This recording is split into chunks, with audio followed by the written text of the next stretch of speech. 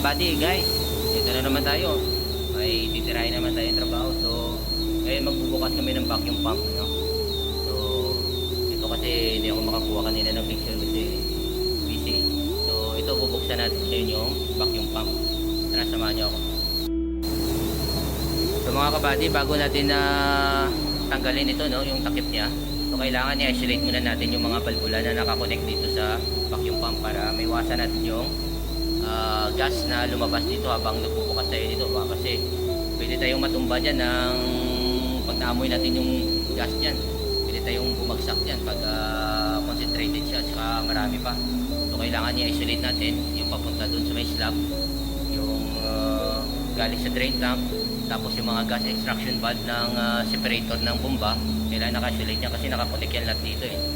Tapos yun, nadaanin natin i-drain ito. Pag na-drain na natin yan, umpisa na natin magbukas yan para wala na tayong problema dyan sa gas at saka sa liquid na nasa loob. So yan, ano, kailangan maisarado muna natin lahat bago tayo magbukas nito.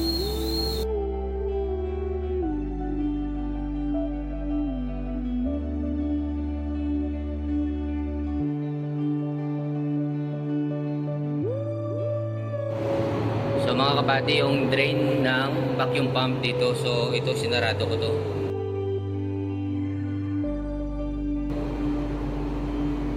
para yung gas dyan hindi din umakyat dyan, nagkaroon yan ng laman yan. So ito yung mga extraction valve mula sa cargo pump separator number 1, number 2, number 3 yung dilaw. So pinagsasara ko yan nung bago natin buksan yung vacuum pump para yung gas na nasa loob ng separator hindi umakyat doon sa binubuksan natin, kasi yung separator sigurado ako na may gas yun eh. So ayan, so ito yung side glass yan, no? Wala nang laman. Ito drain to ng vacuum. So binuksan ko na kanina yan. Okay. So ito kailangan nakasarado din. Saka yan din. Baka kung makikita nyo yung balbula doon sa pinakagilid, yun, sarado din yan kasi papuntang drain tank yan.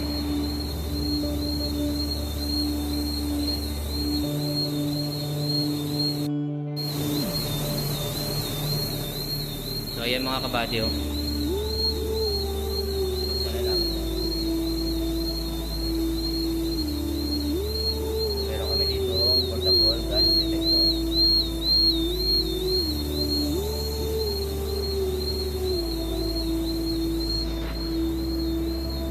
So lilinisin pa namin yan, yung sa loob niya.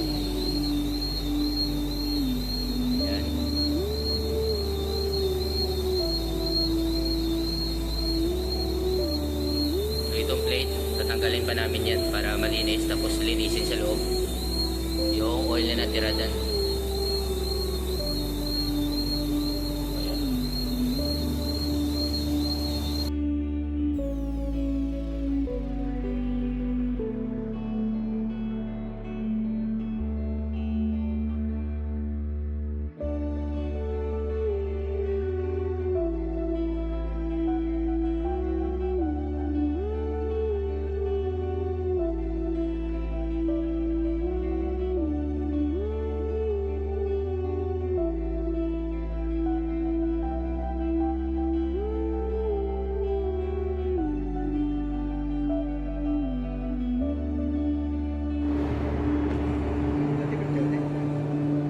Mga kabady, nabuksan na.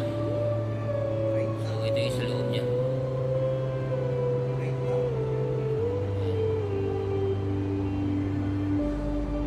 So yung tubig, pag kinargahan, hindi yan pupuno dito dahil dito yung pupunta. Dito yung tubig. So dito pupasok yan, papunta sa drain tank. Dito naman yung gas papuntang slab.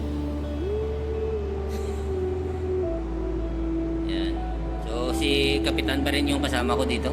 Ayaw lang pa-picture kasi baka makita daw siya ng taga Gimaras. Yan. So ibabalik na namin ito.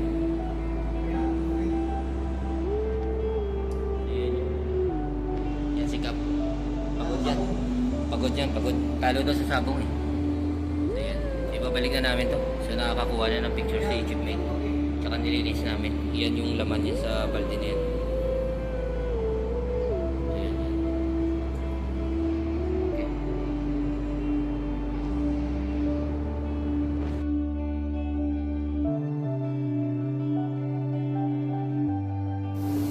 Binalik na namin yung plate mga kabady. Inikpitan.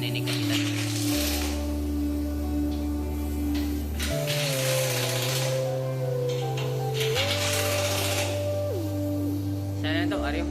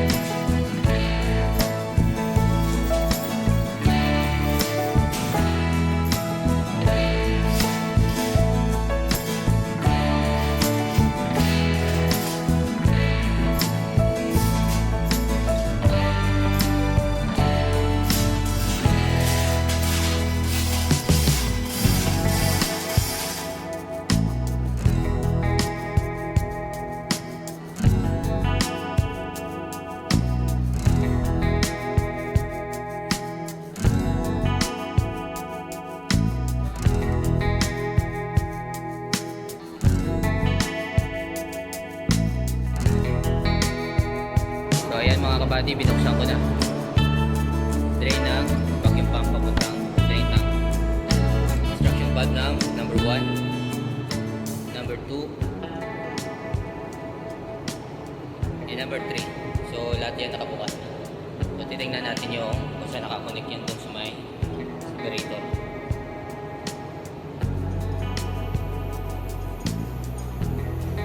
So kung makikita nyo yung pipe na yun dun, yung valve, dito yung nakakonect yung sa number 3. So yun sa taas. So imagine mo yung laman niya na gas. Lalabas dun sa may vacuum pump na bubuksan natin. So kailangan isara natin yun. So ito sa number 2. Yan. Tapos sa number 1, extraction valve. So yun sa taas yung connection niya. So yan mga kabady, ano? So natapos na natin yun. Nalinis na, nabuksan, nalinis yung vacuum pump. So yan lang. So kailangan na natin isolate yung mga valvula na nakakonect doon sa may vacuum pump bago natin buksan yun.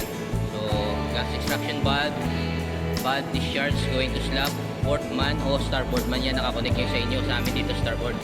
Tapos yung drain tank na drain papuntang drain tank mula sa vacuum pump. Yun ano, yun lang yung mga isasarado natin para sigurado tayo, safe tayo sa gas. At saka magdala tayo ng portable gas detector. Tsaka ventilation natin sa pump room kailangan na gumagana. So yan. Buddy, so natapos na natin yung vacuum pump. So sana meron kayong natutunan dyan o napulot ng mga kalaman o bago dyan. At saka huwag nyong kalimutan na mag-subscribe, mag-like at comment dito sa channel na to.